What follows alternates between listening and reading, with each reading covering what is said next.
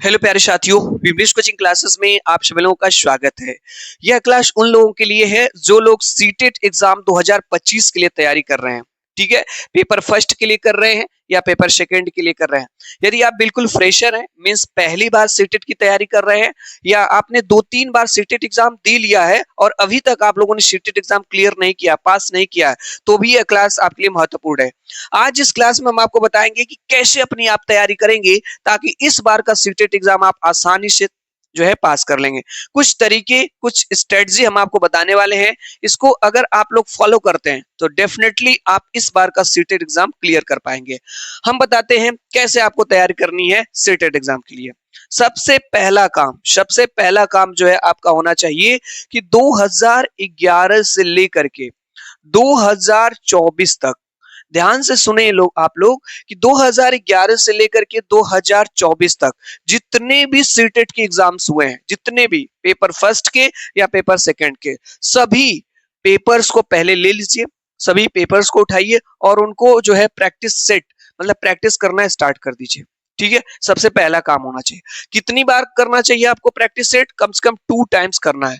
कितनी बार? 2 बार आपको प्रैक्टिस करना है, 2 बार। 2011 के पेपर को उठाइए कम से कम 2 बार, 12 के पेपर को, 13 को, ऐसे जितने भी पेपर्स हुए हैं आप कर लीजिए। मैं आपको आश्वस्त करता हूं, डेफिनेटली आप इस बार का सीटेट एग्जाम क्रैक कर लेंगे। ठीक है, अगर आपने इन पेपर्स को भी सॉल्व कर लिया तब भी आपके लिए सफिशिएंट हो सकता है। ठीक है, अगर आप इन पेपर्स को नहीं तैयार कर पा रहे हैं मेरे भाई, तो मैं आपको बता दूं, मैं अपने इस चैनल पे, ठीक है, लगातार आपको जो है सीटेट एग्जाम के लिए, पेपर फर्स्ट के लिए और पेपर सेकंड के लिए 2011 से लेकर के 2024 तक जितने भी पेपर हुए हैं, सभी पेपर्स को सीक्वेंस वाइज करा रहा हूं। अभी हम आपको 2011 का पेपर करा रहे हैं। ठीक है, इसके पहले की क्लास में हम आपको जो है सीडीपी करा दिए हैं 2011 का। ठीक है, सीडीपी हमने करा दिया है। यहाँ पे आप देखेंगे, ध्यान से देखेंगे, जो परीक्षा आपकी 26 जून 2011 को हुई थी, 2011 में 26 जून को जो परीक्षा हुई थी सीटेट की, उसके जो है सीडीपी बाल विकास के 30 प्रश्नों का सेट हमने करा दिया है। अगर अभी तक आप लोगों ने नहीं देखा है तो हमारे इस चैनल पे वो क्लास आपको वहां पे मिल जाएगी देखने को, आप जाके देख सकते हैं। और आज इस क्लास में हम आपको कराने जा रहे हैं हिंदी के 30 प्रश्न। और ये हिंदी के 30 प्रश्न कहाँ के हैं? जो पेपर आपका 26 जून 2011 को हुआ था, उसके हिंदी के 30 प्रश्न लिए हैं। ये स्पेशली पेपर सेकंड के लिए है। ठीक है मेरे भाई, बहुत से लोग कह रहे हैं सर ये पेपर फर्स्ट के लिए करा रहे हैं कि पेपर सेकंड के लिए करा रहे हैं, तो ये मैं जो है आपको पेपर सेकंड के लिए ही करा रहा हूँ। ठीक है, पेपर फर्स्ट में इस वाले जो लोग तैयारी कर रहे हैं वो लोग भी देख सकते हैं। ऐसा नहीं है कि आप पेपर फर्स्ट के लिए कर रहे हैं तो पेपर सेकंड के लिए नहीं देखेंगे। हिंदी तो कॉमन होती है, बस थोड़ा सा लेवल उसका क्या होगा, हाई होगा। तो ये हिंदी के 30 प्रश्नों का टेस्ट कराने जा रहे हैं और देखते हैं कि अगर आप जो है 2011 का जैसा पेपर आपको मिलता तो हिंदी के 30 प्रश्नों में आप कितने प्रश्न सही कर लेंगे।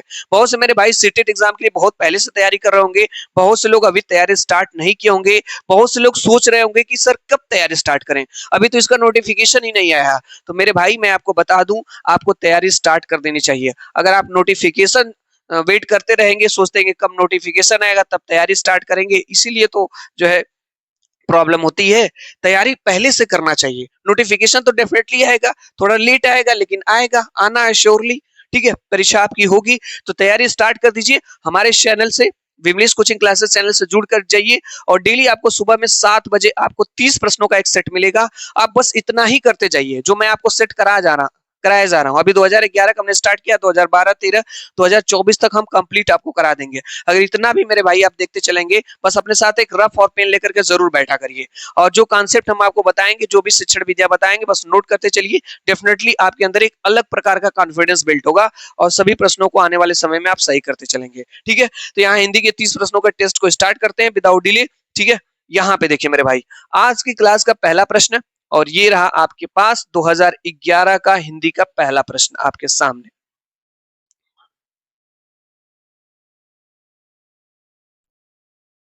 ये रहा आपके सामने पहला प्रश्न।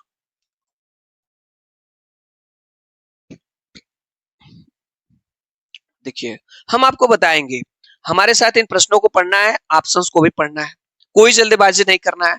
ठीक है, प्रश्न को पढ़िए, ऑप्शंस को पढ़िए, समझने का प्रयास करिए और हमसे पहले आप आंसर देने का प्रयास करिए। हर प्रश्न के लिए मैं आपसे पूछूंगा आंसर, अपने मन में सोच करके इसका सही आंसर आपको सेलेक्ट कर लेना है, ठीक है। और चलिए चलते हैं विदाउट डिले, प्रश्न पे स्टार्ट करते हैं। आज की क्लास का पहला प्रश्न आपके सामने ये रहा कि भाषा सीखने में जो त्रुटियां होती हैं, भाषा सीखने में जो त्रुटियां होती हैं उन्हें कठोरता से लेना चाहिए, उन्हें कठोरता से लेना चाहिए। दूसरा ऑप्शन है उन्हें जल्दी से दूर किया जाना चाहिए, वे बच्चों की त्रुटियों की ओर संकेत करती हैं, वे सीखने की प्रक्रिया का स्वाभाविक हिस्सा होती हैं जो समय के साथ दूर होने लगती हैं। मैं आपको कुछ तरीके, प्रश्न को इसका आंसर बताने से पहले मैं आपको कुछ कॉन्सेप्ट बताना चाहूंगा। सीटेट के प्रश्नों को हल करते समय किन बातों को आपको ध्यान रखना है। सबसे पहली बात, आपको कोई जल्दबाजी नहीं करना है, पेशेंस रखना है, आसान आराम से जो है, चाहे आसान प्रश्न हो चाहे कठिन हो, आराम से पढ़ना है, ठीक है। प्रश्न को अच्छे से पढ़ना है, उतना ही अच्छे से उनके ऑप्शंस को पढ़ने हैं, ठीक है। और हमेशा जो है आपको जो है पॉजिटिव माइंड सेट के हिसाब से आंसर देना है, हमेशा आपको पॉजिटिव सोचना है, ठीक है।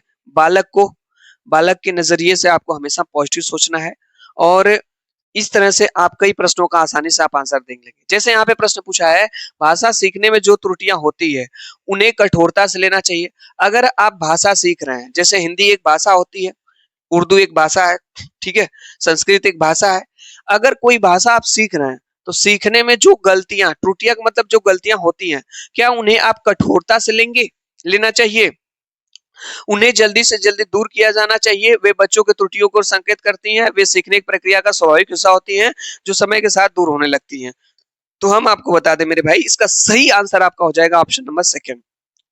भाषा सीखते समय, अगर लैंग्वेज सीख रहे हैं उस समय अगर आपसे कोई गलती होती है तो उन्हें जल्दी से जल्दी क्या कर देना चाहिए, दूर किया जाना चाहिए। ये आंसर आपका सही हो जाना चाहिए, ठीक है। कॉमन सेंस का प्रश्न था।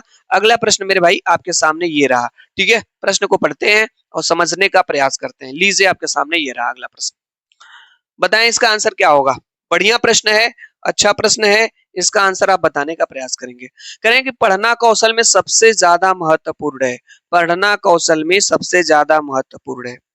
पहला ऑप्शन है शब्दों वाक्यों को शुद्ध रूप से उच्चारित करना, दूसरा ऑप्शन है केवल अक्षर पहचान, तीसरा ऑप्शन है तेज गति से पढ़ना, चौथा ऑप्शन है संदर्भानुसार अर्थ ग्रहण करना। क्या इसका सही आंसर होगा, आप लोगों से हम पूछ रहे हैं, इसका सही आंसर आप लोग क्या सिलेक्ट करेंगे, पहला, दूसरा, तीसरा, चौथे में से कौन सा ऑप्शन आप सही इसको कर रहे हैं। आप लोगों ने सोच लिया होगा इसका सही आंसर क्या होगा। हम बताते हैं इसका राइट आंसर क्या हो जाएगा, ऑप्शन नंबर 4 हो जाएगा। पढ़ना कौशल में सबसे ज्यादा महत्वपूर्ण होता है कि संदर्भानुसार अर्थ ग्रहण करना। यानी आपको नहीं पता मेरे भाई तो मैं आपको बता दूं, नोट कर लीजिए। जो कौशल होते हैं हमारे पास ये 4 होते हैं। कितने कौशल होते हैं हमारे पास, 4 कौशल होते हैं, ठीक है। पहला होता है पढ़ना, लिखना, सुनना, उसके बाद बोलना।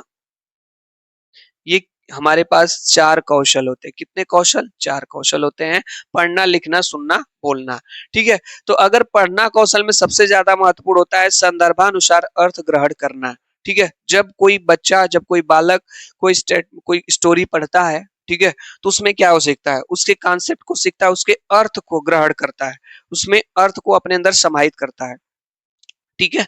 आगे चलते हैं, अगला प्रश्न आपके सामने ये रहा जो आपका 2011 में पूछा गया, ये जो है 3rd नंबर का प्रश्न है। इसका आंसर बताना है, इसका आंसर क्या होगा, इसका राइट आंसर आप लोग बताएं क्या हो सकता है। प्रश्न हमारा है कि सुलेखा ने पाठ को पढ़ते हुए जीवन को जिंदगी पढ़ा, सुलेखा ने पाठ को पढ़ते हुए जीवन को जिंदगी पढ़ा, यह इस ओर संकेत करता है कि, यह किस ओर संकेत करता है। पहला ऑप्शन है उसे अक्षरों की पहचान में भ्रम हो जाता है, क्या ऐसा, दूसरा ऑप्शन है उसे केवल पठन अभ्यास की बहुत आवश्यकता है, तीसरा सुलेखा ध्यान से नहीं पढ़ती और चौथा वह अक्षर पहचान की बजाय अर्थ को समझते हुए पढ़ रही है। सही आंसर आपको बताना है, राइट आंसर क्या होगा हम आपसे पूछ रहे हैं अगर आप इस क्लास को देख रहे हैं मेरे भाई, ठीक है। जब भी इस क्लास को आप देख रहे हैं इसका आंसर आप क्या सोच रहे हैं कि कौन सा ऑप्शन होगा, आप ये पहला होगा कि दूसरा, तीसरा या चौथा होगा, कौन सा आंसर होगा आपको बताना है। राइट आंसर होगा, आप लोगों ने सोच लिया होगा, सही आंसर ऑप्शन नंबर 4 हो जाएगा। वह अक्षर पहचान की बजाय अर्थ को समझते हुए पढ़ रही है। सुलेखा ने क्या किया, जो एक शब्द था जीवन, इसको इसने क्या पढ़ लिया, जिंदगी पढ़ लिया। तो उसने क्या किया, जो अक्षर पहचान में ही तो उसने गलती की है, अक्षर पहचान की बजाय उसने क्या किया, अर्थ को समझते हुए पढ़ लिया। ठीक है, ये हो जाएगा। अब यहाँ पे देखिए कौन से ऑप्शन नहीं होंगे, उससे अक्षरों की पहचान में भ्रम हो जाता है। तो हम आपको बता दें, नेगेटिव ऑप्शन नहीं होता है मेरे भाई। नेगेटिव ऑप्शन जब भी सीटेड के प्रश्नों को हल करिएगा तो नेगेटिव ऑप्शंस को पहले ही हटा दीजिएगा। देखिए उसे केवल पठन अभ्यास की बहुत आवश्यकता है, तो केवल वाला ऑप्शन नेगेटिव होता है, यह नहीं होगा। सुलेखा ध्यान से नहीं पढ़ती, ये भी नहीं होगा, नहीं। और उसे भ्रम हो जाता है, तो ये भी नहीं होगा। इस तरह से ऑप्शन नंबर 4 आपका करेक्ट हो जाएगा। नेक्स्ट क्वेश्चन पे चलते हैं। ये रहा आपके सामने अगला प्रश्न, इसका आंसर आपको बताना है। ये इसका आंसर, सही आंसर क्या होगा। प्रश्न क्या है, पढ़ते हैं प्रश्न को ध्यान से। प्रश्न हमारा है कि बच्चे भाषा सीखने की क्षमता के साथ पैदा होते हैं, मुख्यतः यह किसका विचार है। यानी जो बच्चे होते हैं, जो बालक होते हैं, भाषा सीखने की क्षमता, जो भाषा सीखने की जो क्षमता होती है के साथ पैदा होते हैं, यह विचार किसका होता है। एल एस वाइगोस्की का, इवान पावलोव का, नाओम चॉम्स्की का, जीन पियाजे का। तो यह स्टेटमेंट किसने दिया। तो मेरे भाई इसका स्टेटमेंट, यह जो स्टेटमेंट है, इसका सही आंसर आप बताएं पहले क्या होगा। हम आपसे पूछ रहे हैं इसका राइट आंसर क्या होगा। इसका सही आंसर आपका हो जाएगा नॉम चॉम्स्की। यानी कि बच्चे भाषा सीखने की क्षमता, यानी जो बच्चों में जो लैंग्वेज जो सीखने की जो क्षमता होती है वो जन्मजात होती है। ये कौन कहा था, चॉम्स्की महोदय ने कहा था कि बच्चे जो है जब पैदा होते हैं तभी से उनके अंदर जो है भाषा सीखने की जो क्षमता होती है वो जन्मजात होती है। ठीक है, उनको सीखना नहीं, पहले ही से वो होते हैं जन्मजात। ठीक है, भाषा सीखने की क्षमता उनके अंदर होती है। तो इसका सही आंसर हो जाएगा नाम चॉम्स्की होता है। सही आंसर आपका ऑप्शन नंबर 3 हो जाएगा। ये लीजिए आपके सामने अगला प्रश्न है, इसका आंसर आप बताएंगे क्या होगा। बहुत ही शानदार और गजब का प्रश्न है, और देखते हैं इसका राइट आंसर आप कौन बताते हैं। प्रश्न हमारा है कि मैंने चाट खाई और फिर मैंने हंसी। शर्मिला का यह भाषा प्रयोग मुख्यतः किस ओर संकेत करता है। पहला ऑप्शन आपके पास है व्याकरणिक नियमों की जानकारी न देना। दूसरा ऑप्शन है नियमों का अति सामान्यीकरण। तीसरा ऑप्शन है भाषा प्रयोग में असावधानी। और चौथा ऑप्शन है भाषा की समझ न होना। मैंने चाट खाई और फिर मैंने हंसी, शर्मिला का यह भाषा प्रयोग मुख्यतः किस ओर संकेत करता है। यह जो है ऑप्शन नंबर इसका सही हो जाएगा ऑप्शन नंबर ए। शर्मिला का जो है यह जो भाषा प्रयोग जो है मुख्यतः किस ओर संकेत करता है, तो ऑप्शन नंबर फर्स्ट करेक्ट हो जाएगा, व्याकरणिक नियमों की जानकारी न देना। ये जो स्टेटमेंट जो वाक्य बोला गया है इसमें व्याकरणिक जो है नियमों की जानकारी नहीं है। ठीक है, तो ऑप्शन नंबर आपका फर्स्ट करेक्ट हो जाएगा, पहला हो जाएगा। अगला प्रश्न लीजिए आपके सामने ये रहा। ठीक है, इसका आंसर आपको बताना है, सही आंसर इसका क्या होगा। ठीक है, बहुत ही शानदार प्रश्न है। प्रश्न को पढ़ते हैं हम लोग हैं और आंसर बताने का प्रयास करते हैं। निम्न सॉरी लिखित कार्य की जांच में बच्चों को सहमता लेने से, यानी लिखित कार्य की जांच में बच्चों को सहायता लेने से पहला केवल पठन कौशल का अभ्यास होता है। लिखित कार्य जैसे बालक है, बालक से आप लिखित कार्य मतलब कुछ चीजें आप लिखवा रहे हैं, लिखवाने से बच्चों में क्या सहायता उससे हेल्प मिलती है। पहला है केवल पठन कौशल का अभ्यास होता है उससे। दूसरा है बच्चे ज्यादा गलतियां ढूंढना सीख जाते हैं। तीसरा है बच्चों को दूसरे के हस्तलिखित सामग्री को पढ़ने का अवसर और अवलोकन क्षमता के विकास का अवसर मिलता है। चौथा है बच्चे दूसरों के विचारों से परिचित होते हैं। सही आंसर आपको क्या हो जाएगा, राइट आंसर आपको बताना है। हम आपसे पूछ रहे हैं इसका सही आंसर क्या हो सकता है। सही आंसर देखा जाए तो ऑप्शन नंबर आपका 3 हो जाएगा, बच्चों को दूसरे के हस्तलिखित सामग्री को पढ़ने का अवसर और अवलोकन क्षमता के विकास का अवसर मिलता है। कब, जब बच्चों से लिखित कार्य कराया जाता है, जब उनकी जांच होती है तो उनको उसमें हेल्प मिलती है। क्या हेल्प मिलती है कि बच्चों को दूसरे के हस्तलिखित, जो दूसरों के हस्तलिखित मतलब हाथ से लिखा हुआ सामग्री को पढ़ने में भी अवसर और अवलोकन ऑब्जर्वेशन में भी उनको हेल्प मिलती है। ठीक है, यहाँ पे एक चीज समझिएगा मेरे भाई, जैसे पॉजिटिव टैग वर्ड्स हमने आपको बताया था और नेगेटिव टैग वर्ड्स बताया था कि आप 2 कॉपी बनाए रहिएगा। एक साइड मैं आपको पॉजिटिव टैग वर्ड्स बताऊंगा, दूसरे साइड मैं आपको नेगेटिव टैग वर्ड्स बताऊंगा। ठीक है, तो आप जो है पॉजिटिव टैग वर्ड्स में इस शब्द को आप लिख सकते हैं अवसर। यदि किसी ऑप्शन में अवसर मिल रहा है तो ये आपका पॉजिटिव टैग वर्ड्स होता है और ज्यादातर पॉसिबिलिटी होगी कि ये वाला ऑप्शन आपका सही होगा। ठीक है, नेक्स्ट क्वेश्चन पे चलते हैं। ये लीजिए आपके लिए रहा अगला प्रश्न, आप लोग इसका आंसर बताएंगे। क्या आंसर होगा? प्रश्न क्या है भाई? बहुत ही शानदार प्रश्न है। प्रश्न हमारा है कि लोक गीतों को भाषा की कक्षाओं में स्थान दिया जाना चाहिए क्योंकि जो लोक गीत होते हैं इनको भाषा की कक्षाओं, जो लैंग्वेज क्लासरूम है उसमें स्थान देना चाहिए। वाई? क्योंकि। ऐसा क्यों? पहला ऑप्शन है लोक गीतों को बढ़ावा देना भाषा शिक्षण का मुख्य उद्देश्य है। दूसरा ऑप्शन है लोकगीत गाए जा सकते हैं। तीसरा ऑप्शन है केवल लोकगीतों के माध्यम से पारस्परिक मूल्यों को शिक्षा दी जा सकती है। और चौथा ऑप्शन है इससे बच्चे सांस्कृतिक विशेषताओं से परिचित होते हैं। इसका सही आंसर आपको बताना है। राइट आंसर क्या होगा? आप लोग इसका सही आंसर आप बताएंगे सही क्या होगा। देखिए मैं हम आपको बता दें, पहली बात आपको जो है पॉजिटिव टैग वर्ड्स और नेगेटिव टैग वर्ड्स का ध्यान देना है। यहाँ पे देखिए कैसे हम जो है सही और सटीक आंसर सेलेक्ट करेंगे। पहले ऑप्शन पे देखते हैं, लोक गीतों को बढ़ावा देना भाषा शिक्षण का मुख्य उद्देश्य। ये ऑप्शन हो सकता है, हम भी मान रहे हैं। लोकगीत गाए जा सकते हैं, ये भी हो सकता है। केवल लोकगीत के माध्यम से, तो केवल आपका नेगेटिव टैग वर्ड्स होता है, तो ये नहीं होगा। इस तरह से ऑप्शन नंबर थर्ड नहीं हुआ। चौथा आपका इससे बच्चे सांस्कृतिक विशेषताओं से परिचित होते हैं। आप लोग बताइएगा मेरे भाई, जैसे लोकगीत जो होता है अगर इनकी भाषा की कक्षाओं में स्थान दिया जाना चाहिए तो एक प्रकार का सांस्कृतिक विशेषता है। कौन सी विशेषता है? सांस्कृतिक विशेषता है। इस तरह से इसका सही आंसर आपका 4 हो जाएगा। इससे बच्चे सांस्कृतिक विशेषताओं से परिचित होते हैं।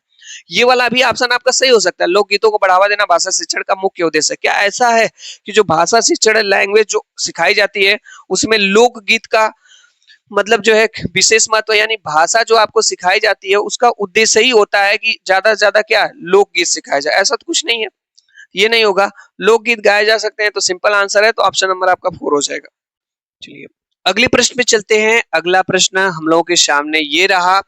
और देखिए मेरे भाई जो है मैं आपको बता दूं, बहुत से मेरे दोस्त, मेरे भाई, मेरे साथी अब तक चले गए होंगे क्लास छोड़ करके, तो क्योंकि वो अभ्यास ही नहीं करना चाहते हैं। क्योंकि इस तरह के प्रश्नों का अभ्यास जब तक आप नहीं करेंगे सीटेट एग्जाम क्लियर आप नहीं कर सकते। सबसे पहली प्रायोरिटी आपकी होनी चाहिए, क्योंकि ज्यादा से ज्यादा आपको अभ्यास करना होगा, चाहे आप कहीं से करिए, क्योंकि प्रैक्टिस मेक्स मैन परफेक्ट। अभ्यास ही आदमी को पूर्ण बनाता है। आप चाहे कितना भी पढ़े, अभ्यास अगर आप नहीं करेंगे तो डेफिनेटली जो है आपको सीटेट एग्जाम पास करने में आपको प्रॉब्लम होगी। तो मैं आपसे यही कहूंगा, चाहे आप कहीं से करिए, जो है जैसे मैं 2011 का पेपर आपको करा रहा हूँ, हिंदी का सीटीपी करा दिया है मैंने। इसके बाद मैं आपको एसएसटी कराऊंगा, ठीक है। कंप्लीट कराने के बाद 2012 में हम आपको पेपर्स कराएंगे।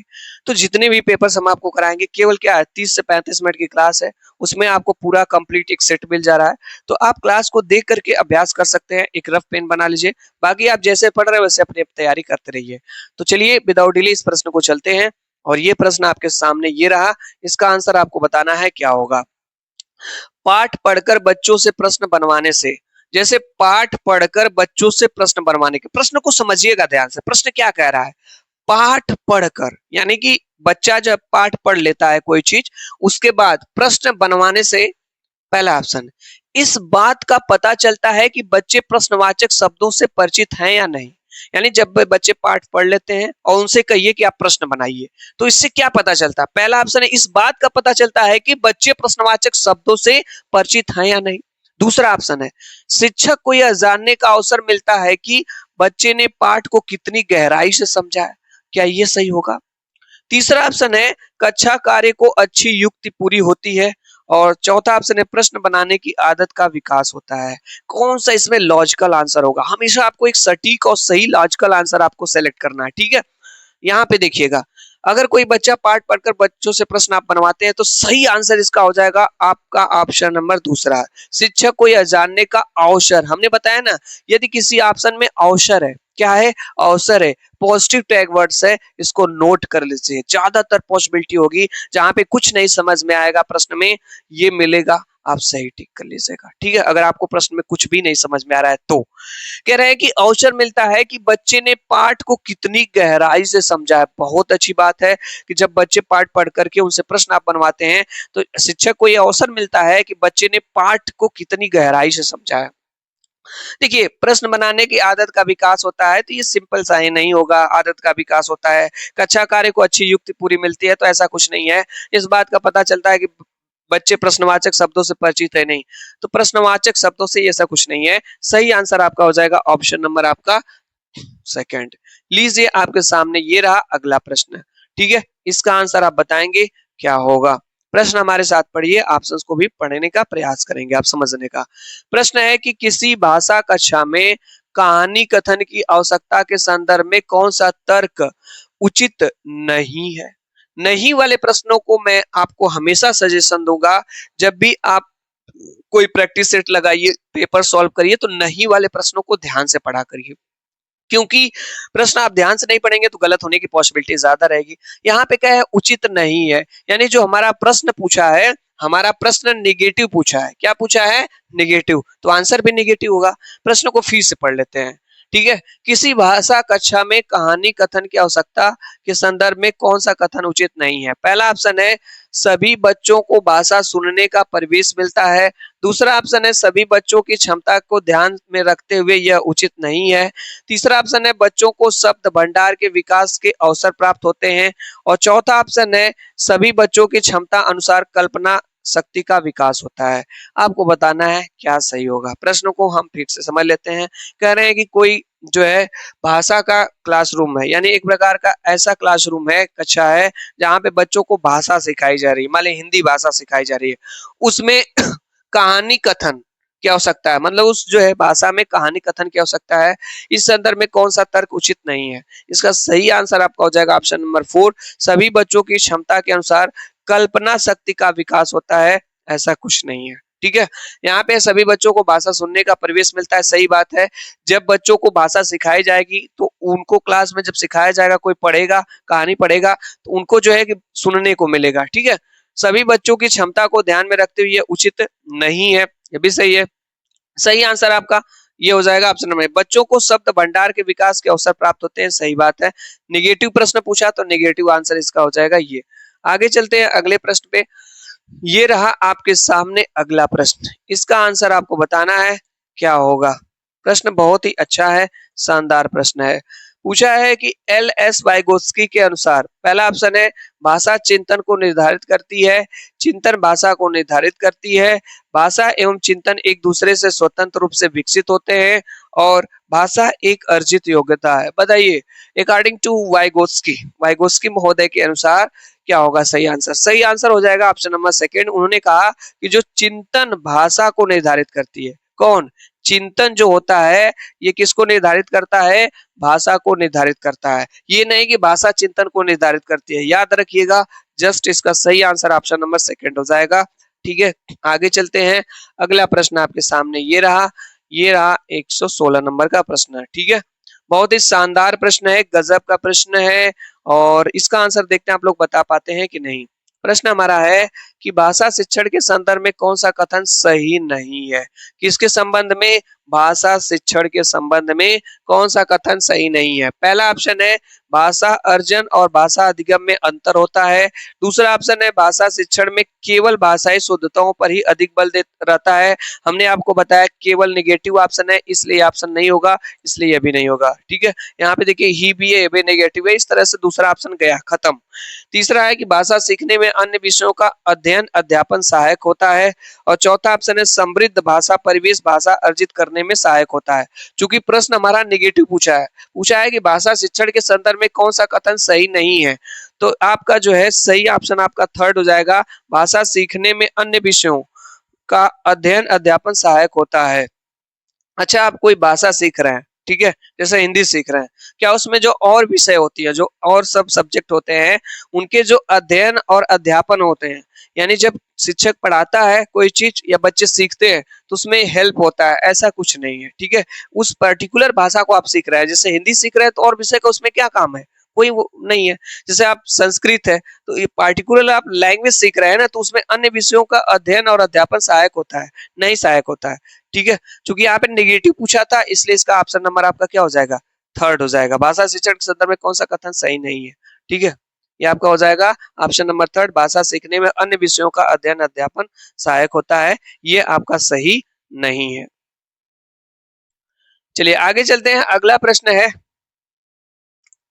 ये आपके सामने अगला प्रश्न है, यहाँ पे रहा 117 नंबर का प्रश्न है। इसका आंसर आपको बताना है, आंसर क्या होगा। कह रहे हैं कि एक बहुसांस्कृतिक पृष्ठभूमि वाली कक्षा में भाषा सीखने के बारे में कौन सा विचार उचित है। बहुसांस्कृतिक पृष्ठभूमि वाली कक्षा में भाषा सीखने के जो है कौन सा विचार उचित है। देखिए भाषा से ही संबंधित प्रश्न पूछा जाएगा, ठीक है, भाषा लैंग्वेज, क्योंकि आप लैंग्वेज का ही क्वेश्चन सॉल्व कर रहे हैं। पहला ऑप्शन है अधिकाधिक पुस्तकों का निर्माण किया जाए। दूसरा ऑप्शन है भाषा सिखाने के लिए व्याकरणिक नियमों का और अधिकाधिक प्रयोग होना चाहिए। तीसरा ऑप्शन है भाषा परिवेश का निर्माण किया जाए ताकि भाषा अर्जन की सहज स्थिति बन सके। चौथा ऑप्शन है बच्चों में भाषा सीखने की क्षमता बलपूर्वक विकसित करनी होती है। सही आंसर आपको बताना है, राइट आंसर क्या होगा।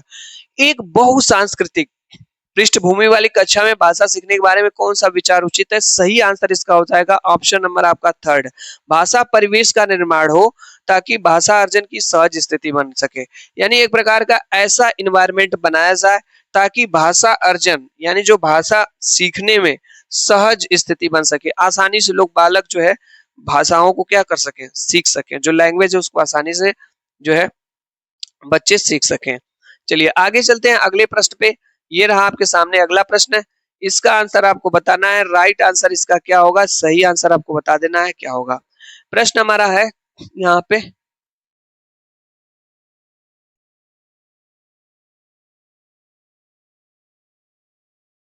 कि स्वलीन विकार आस्टिक्स डिसऑर्डर में बच्चा जो स्वलीन विकार होता है इसमें क्या होता है, अपने हाथ पैर हिलाने में कठिनाई का अनुभव करता है, सामाजिक अंतःक्रिया और संप्रेषण में कठिनाई का अनुभव करता है, अक्सर खाना खाने से मना करता है और अपने ही कार्यों में लीन रहता है। स्वलीन विकार क्या होता है। स्वलीन विकार बच्चों में जो ये डिसऑर्डर होता है यह जो है सामाजिक अंतःक्रिया और संप्रेषण में कठिनाई का अनुभव करता है। ऑप्शन नंबर सेकंड है, बच्चे जो है कि समाज के साथ अंतःक्रिया इंटरेक्ट नहीं कर पाते हैं और संप्रेषण जो एक दूसरे से कोऑपरेट करके बातचीत करने में भी उनको जो है कठिनाई महसूस होती है, कठिनाई का अनुभव करते हैं। ये स्वलीन विकार होता है, याद रखिएगा, सामाजिक अंतःक्रिया और संप्रेषण में कठिनाई का अनुभव करता है बालक। आगे चलते हैं, अगला प्रश्न है, इसका आंसर आपको बताना है, राइट आंसर क्या होगा, सही आंसर आपको बता देना है क्या हो सकता है। प्रश्न हमारा है कि बहुत ही शानदार प्रश्न है कि भाषा शिक्षण का संप्रेषणात्मक उपागम, भाषा शिक्षण का संप्रेषण परक उपागम भाषिक संरचनाओं की ओर जानकारी पर बल देता है, संदर्भ में भाषा प्रयोग की कुशलता पर बल देता है, मातृभाषा प्रयोग का निषेध करता है और बोलना कौशल पर बल देता है। सही आंसर आपको बताना है क्या होगा। भाषा शिक्षण का जो संप्रेषण परक उपागम होता है यह जो ऑप्शन नंबर 20 हो जाएगा, संदर्भ में भाषा प्रयोग की कुशलता पर बल देता है। जो भाषा प्रयोग की जो कुशलता होती है, जो स्किल होती है, उस पे बल देता है कौन, संप्रेषण पर परक उपागम जो होता है। ठीक है, नेक्स्ट अगले प्रश्न में चलते हैं। ये रहा आपके सामने अगला प्रश्न और ये टेस्ट का आपके सामने अगला प्रश्न है, इसका आंसर आपको बताना है क्या होगा। ठीक है, इसका आंसर बताना है क्या होगा। प्रश्न हमारा है कि भाषा शिक्षण की कौन सी विधि मातृभाषा को मध्यस्थ बनाए बिना दूसरी भाषा को सिखाने पर बल देती है। प्रश्न क्या है, भाषा शिक्षण की कौन सी विधि मातृभाषा को मध्यस्थ बनाए बिना दूसरी भाषा को सिखाने पर बल देती है। पहला ऑप्शन है द्विभाषी विधि, अनुवाद विधि, व्याकरण एवं अनुवाद विधि, प्रत्यक्ष विधि। सही आंसर इसका हो जाएगा प्रत्यक्ष विधि। भाषा शिक्षण की प्रत्यक्ष विधि जो होती है मातृभाषा को मध्यस्थ बनाए बिना, इसको मध्यस्थ बनाए बिना भाषा को सिखाने पर बल देती है। कौन सी, प्रत्यक्ष विधि, मीन्स डायरेक्ट मेथड। यहाँ पे हम आपको बता दें मेरे भाई, हिंदी के 30 प्रश्न पूछे जाएंगे, चाहे पेपर फर्स्ट की बात कर लिया जाए या पेपर सेकंड की बात कर लिया जाए, जिसमें 15 प्रश्न आपके शिक्षण के रहते हैं और बाकी जो 15 प्रश्न आपके रहते हैं ये रहते हैं आपके पैसेज पे। ठीक है, 2 पैसेज इसमें पूछे जाते हैं। तो 15 प्रश्न हम लोगों ने शिक्षण के कर लिया और आप लोग अपना असेसमेंट कर लिए कितने प्रश्न आपके सही हुए। इसके बाद हम लोग 15 प्रश्न आपके शिक्षण के देखने वाले, पैसेज पे देखने वाले हैं जो गद्यांश के रहने वाले हैं।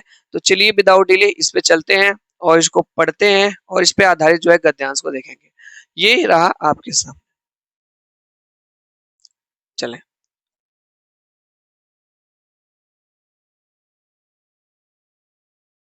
यहाँ पे देखिए दिया है निर्देश 91 से लेकर के 96 तक नीचे दिए गए कविता की पंक्तियां ध्यान पूर्वक पढ़कर निम्नलिखित प्रश्नों में सबसे उचित विकल्प चुनिए। यानी इस पे आपको क्या है, एक कविता दी गई है, इस कविता को आपको पढ़ना अच्छे से है और इस पे जो है प्रश्न पूछे गए हैं। इन सभी प्रश्नों को आपको आंसर देना है। तो सबसे पहले इस कविता को हम लोग पढ़ते हैं अच्छे से और समझते हैं। ठीक है, कविता क्या हमारी है, जग जीवन में जो चिर महान, सौंदर्यपूर्ण और सत्य प्राण, मैं उसका प्रेमी बनूं नाथ, जिससे मानव हित हो समान। मिले जाए मिले जाए जिसमें अखिल व्यक्ति, जिससे जीवन में मिले शक्ति, छूटे भय संशय अंध भक्ति, मैं यह प्रकाश बन सकूं नाथ। पोयम है, ये आपकी कविता है, पढ़ करके अच्छे से आप समझेंगे इसको। ठीक है, और इस पे आधारित प्रश्नों को हम लोग देखेंगे। फिर से पढ़ लेते हैं। जग जीवन में जो चिर महान, सौंदर्य पूर्ण और सत्य प्राण, मैं उसका प्रेमी बनूं नाथ, जिससे मानव हित हो समान। मिल जाए जिसमें अखिल व्यक्ति, जिससे जीवन में मिले शक्ति, छूट भय संशय अंध भक्ति, मैं यह प्रकाश बन सकूं नाथ। तो ये हमारा जो है पोयम है, कविता है, और इस पे ये आधारित प्रश्न है और इनका आंसर्स आपको देना है। प्रश्न क्या है समझते हैं, प्रश्न को यहां पे देखेंगे। कवि ने चिर महान किसे कहा है? ईश्वर को, जो सत्य और सुंदरता से संपूर्ण हो, शक्ति को, मानव को। आप लोग बताइए इसका सही आंसर क्या होगा। कवि ने चिर महान किसको कहा है? अब ऊपर हम लोग इसको पढ़ेंगे तो यहाँ पे आपको समझ में आ जाएगा किसको कहा है। यहाँ पे कवि ने चिर महान, यहाँ पे देखिए, यहाँ पे स्पष्ट लिखा है कि जग जीवन में जो चिरमान, जग जीवन में जो चिरमान, सौंदर्य पूर्ण और सत्य प्रमाण, मैं उसका प्रेमी बनूंगा, जिसके मानव हित हो समान। मानव हित मतलब मानव किसको कहा है? चिरमान। ये तो हो जाएगा इसका सही आंसर। इस तरह से देखा जाए तो कवि ने चिर महान किसे कहा है? मानव को कहा है। किसको कहा है? मानव को। इसका सही आंसर क्या हो जाएगा? यहाँ पे ऑप्शन नंबर आपका 4 सही हो जाएगा। ऑप्शन नंबर 4 सही हो जाएगा ये। ठीक है, मानव को। नेक्स्ट चलते हैं अगले प्रश्न पे। ये रहा आपके सामने अगला प्रश्न। इसका आंसर आपको बताना है क्या होगा। सही आंसर आप बताएंगे, क्या आंसर होगा। प्रश्न हमारा है, कवि कैसा प्रकाश कवि कैसा प्रकाश बनना चाहता है? कवि कैसा प्रकाश बनना चाहता है? अंधकार दूर हो जाए, जो जीने की शक्ति देता हो, जिसमें मनुष्य सभी भेदभाव भुलाकर एक हो जाते हो, जिससे सब तरफ उजाला हो जाए। आप लोग बताइएगा। बनाना चाहता हूं, हाँ ये है प्रश्न। सही आंसर इसका हो जाएगा ऑप्शन नंबर 3, जिसमें मनुष्य सभी भेदभाव को भुलाकर एक हो जाते हैं। यही आंसर आपका सही हो जाएगा। आगे चलते हैं, इस पे आधारित ये रहा आपके सामने अगला प्रश्न। इसका आंसर आप बताएंगे क्या होगा। प्रश्न सभी कविता पे आधारित है। प्रश्न का आंसर आपको बताना है क्या होगा। प्रश्न हमारा है, बहुत ही शानदार प्रश्न है कि कवि ने अखिल व्यक्ति का प्रयोग क्यों किया है? कवि ने अखिल व्यक्ति का प्रयोग क्यों किया है? पहला ऑप्शन है, कवि अमीर लोगों की बात करना चाहता है, कवि भारत के व्यक्तियों की ओर संकेत करना चाहता है, कवि सांसारिक बात करना चाहता है, कवि समस्त विश्व के व्यक्तियों की बात करना चाहता है। सही आंसर आप लोग बताएंगे क्या होगा। राइट आंसर आपको बताना है क्या होगा। ठीक है, सही आंसर आपको बताना है। पहला ऑप्शन, कवि अमीर लोगों की बात करना चाहता है, कवि भारत के व्यक्तियों को बात करना चाहता है। सही आंसर आपका हो जाएगा, राइट आंसर हो जाएगा, सही आंसर आपका ऑप्शन नंबर 4 हो जाएगा। कवि समस्त विश्व के व्यक्तियों की बात करना चाहता है, कवि सांसारिक बात करना चाहता है। ठीक है, तो यहाँ पे मेरे भाई अगर देखा जाए तो ऑप्शन नंबर आपका 3 हो जाएगा। ठीक है, कवि सांसारिक बात करना चाहता है। नेक्स्ट चलते हैं आगे अगले प्रश्न पे। इसका आंसर आपको बताना है क्या होगा। प्रश्न हमारा बहुत ही शानदार है, प्रश्न को समझते हैं। प्रश्न हमारा है कि कविता के किस अंश में तर्कहीन आस्था का उल्लेख हुआ है? कविता के किस अंश में तर्कहीन आस्था का उल्लेख हुआ है? मिल जाए जिसमें अखिल व्यक्ति, मैं वह प्रकाश बन सकूं नाथ, जिसमें मानव हित हो समान, और छूटे भय संशय अंध व्यक्ति। तो यहाँ पे तर्कहीन आस्था का जो है उल्लेख जो है इसमें हुआ है। छूटे भय संशय अंधभक्ति, इसमें आपका जो है तर्कहीन आस्था का उल्लेख हुआ है। पोएम को पढ़े होंगे अच्छे से तो ये आंसर्स आप दे पाएंगे। प्रश्न हमारा है, ये अगला प्रश्न है, इसका आंसर आपको बताना है, क्या होगा इसका आंसर। प्रश्न देखते हैं हम लोग। प्रश्न हमारा है कि कवि ने कविता की पंक्तियों के अंत में विस्मयादिबोधक चिन्ह का प्रयोग क्यों किया है। कवि ने जो कविता के अंत में देखे होंगे आप लोग, जो है विस्मयादिबोधक चिन्ह का ये प्रयोग किया है, ये सब क्यों किया। पहला ऑप्शन, कवि अपनी इच्छा प्रकट कर रहा है, इससे कविता का सौंदर्य बढ़ता है, पूर्ण विराम की लीक से हटने के लिए और कविता को तुकांत बनाने के लिए। तो ये विस्मयादिबोधक चिन्ह का प्रयोग जो है आपको पता होगा, इसका प्रयोग जो है इच्छा प्रकट करने के लिए कर रहा है पोएट, यानी कवि अपनी इच्छा प्रकट कर रहा है। ऑप्शन नंबर आपका फर्स्ट हो जाएगा, ये हो जाएगा। आगे चलते हैं, इस पोयम का अंतिम प्रश्न आपके सामने ये रहा, ठीक है, ये आपका प्रश्न है। हाँ, इसका आंसर आप बताएंगे क्या होगा। प्रश्न हमारा क्या है भाई, प्रश्न है कि कविता का मूल भाव क्या है। अमरदान की प्राप्ति, विश्व परिवार की भावना, सत्य की प्राप्ति, कल्याण। तो कविता का जो मूल भाव है, जो इसका मूल सेंस है, वो है आपका कल्याण। ऑप्शन नंबर आप जो है फोर्थ हो जाएगा, कल्याण हो जाएगा। चलिए, ये रहा अगला प्रश्न जो है गद्यांश से पूछा गया है जो है, और इस पे कुछ आधारित प्रश्नों को हम लोग देखेंगे। यहाँ पे देखिए दिया गया है कि निर्देश, ये जो है 97 से लेकर के 105 तक नीचे दिए गए गद्यांश को ध्यान पूर्वक पढ़कर निम्नलिखित प्रश्नों के उचित विकल्प चुनिए। हमने आपको बताया ना, हिंदी के जो 30 प्रश्न पूछे जाएंगे उसमें 15 प्रश्न आपके शिक्षण के रहेंगे, बाकी जो 15 प्रश्न रहेंगे उसमें एक कविता दी जाएगी, उसमें कुछ प्रश्न आपको दिए जाएंगे, उसके बाद एक गद्यांश दिया जाएगा और उस पर आधारित आपको प्रश्न दिए जाएंगे।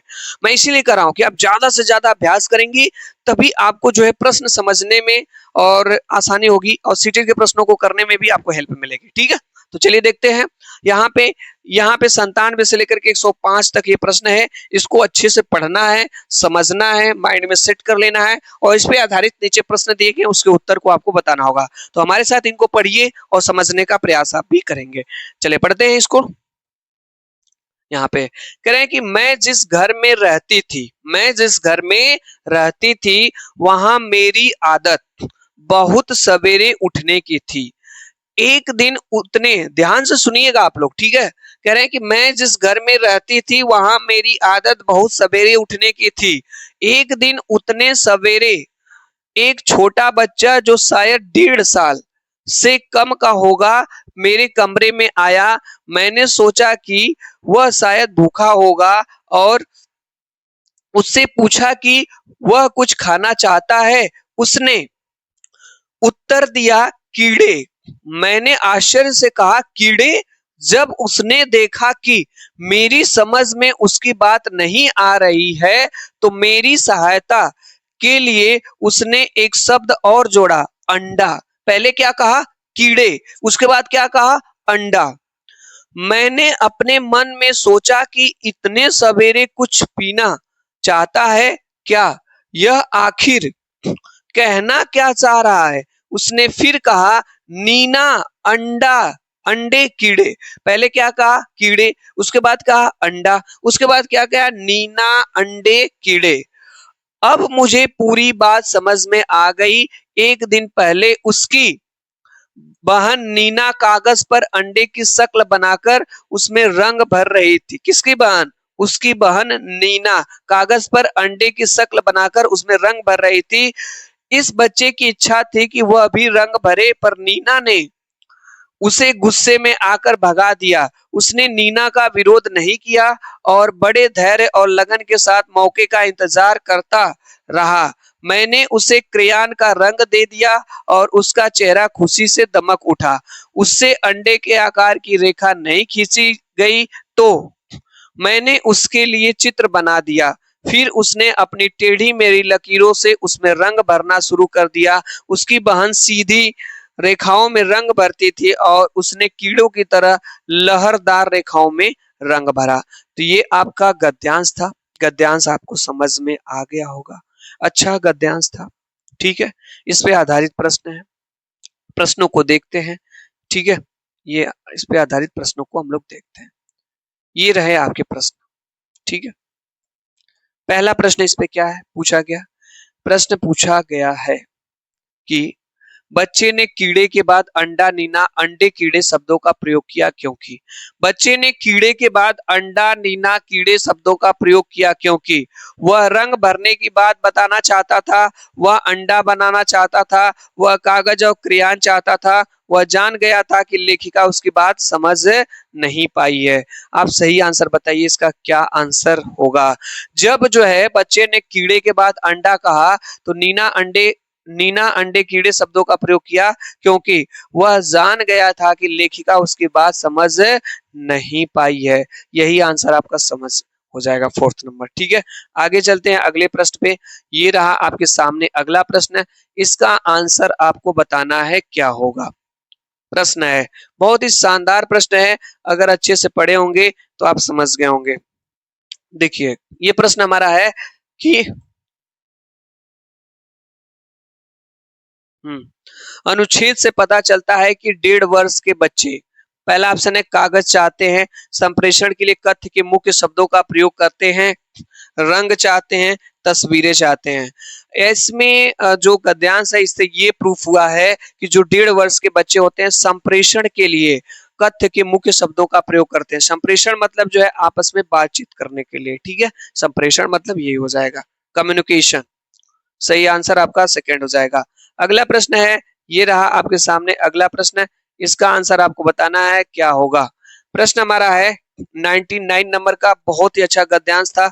इसका आंसर आपको बताना है कि टेढ़ी मेढ़ी लकीरों की कीड़े कहना इस ओर संकेत करता है कि बच्चा। टेढ़ी मेढ़ी लकीरों के कीड़े कहना इस ओर बच्चा संकेत करता है, हर हालत में वह अपनी बात कह देता है, लकीरों को कौड़ा मानता है, कीड़े मानता है, टेढ़ी मेढ़ी लकीरों ही बना सकता है, दो अलग चीजों में आकृति के आधार पर समानता खोज लेता है। सही आंसर आपको बताना है क्या राइट आंसर होगा। ठीक है, टेढ़ी मेढ़ी लकीरों के कीड़े कहना इस ओर संकेत करता है कि बच्चा हर हालत में अपनी बात कह देता है, लकीरों को कीड़े मानता है, टेढ़ी मेढ़ी लकीरों ही बना दे सकता है, दो अलग चीजों में आकृति के आधार पर समानता खोज लेता है। सही आंसर इसका आपको बताना है। इस प्रश्न का आंसर मेरे भाई आपको बताना है, कमेंट्स बॉक्स के माध्यम से जरूर बताइएगा। देखते हैं सही आंसर इसका कौन बताता है। ठीक है, चलिए अगला प्रश्न है आपके सामने, ये है, आपको इसका आंसर बताना है, इसका सही आंसर क्या होगा। ठीक है, इसका सही आंसर आपको बताना है क्या होगा। प्रश्न हमारा है कि 1.5 वर्ष का बच्चा अंडा नहीं बना पाया, यह बात किस ओर संकेत करती है। बच्चा चित्र बनाने में सक्षम नहीं है, बच्चे ने अंडा देखा ही नहीं इसलिए वो अंडा नहीं बना पाया, उसका अभी अपने हस्त संचालन की गति और दिशा पर नियंत्रण नहीं हो पाया है, बच्चा अंडा नहीं बना सकता। सही आंसर ऑप्शन नंबर थर्ड हो जाएगा, उसका अभी जो हस्त संचालन, जो अपने हाथ से संचालित करता है, जो मोशन है, जो गति और डायरेक्शन पर नियंत्रण नहीं हो पाया है, अभी बच्चे का हाथ से नहीं बना पा रहा है, यही इसका सही आंसर हो जाएगा। ठीक है, राइट आंसर आपका हो जाएगा थर्ड। आगे चलते हैं, अगला प्रश्न है, इसका आंसर आपको बताना है क्या होगा। रेखाओं, बहुत ही शानदार क्वेश्चन है और इसका आंसर आपको बताना है राइट आंसर क्या होगा। प्रश्न हमारा है कि रेखाओं को बच्चे ने कीड़े कहा, बच्चा वृत्त को क्या कह सकता है। वृत्त को क्या, चूड़ी, पेड़, छतरी, चम्मच। बताइए, रेखाओं को बच्चे ने क्या कहा, कीड़े कहा, तो बच्चा वृत्त को क्या कह सकता है, तो चूड़ी कहेगा, क्योंकि सर्कल है, वृत्त है।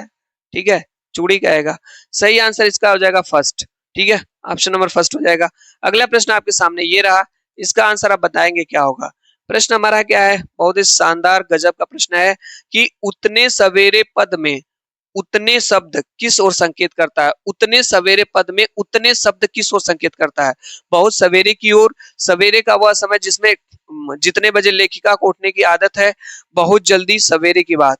उतने का मतलब है सवेरे का वह समय जितने बजे लेखिका को उठने की आदत है, ये इसका आंसर सही हो जाएगा। ठीक है, बहुत ही शानदार प्रश्न इस पे पूछे गए, इसका आंसर आपको बताना है क्या होगा। ये रहा आपका जो है प्रश्न, जो गद्यांश पे आधारित है।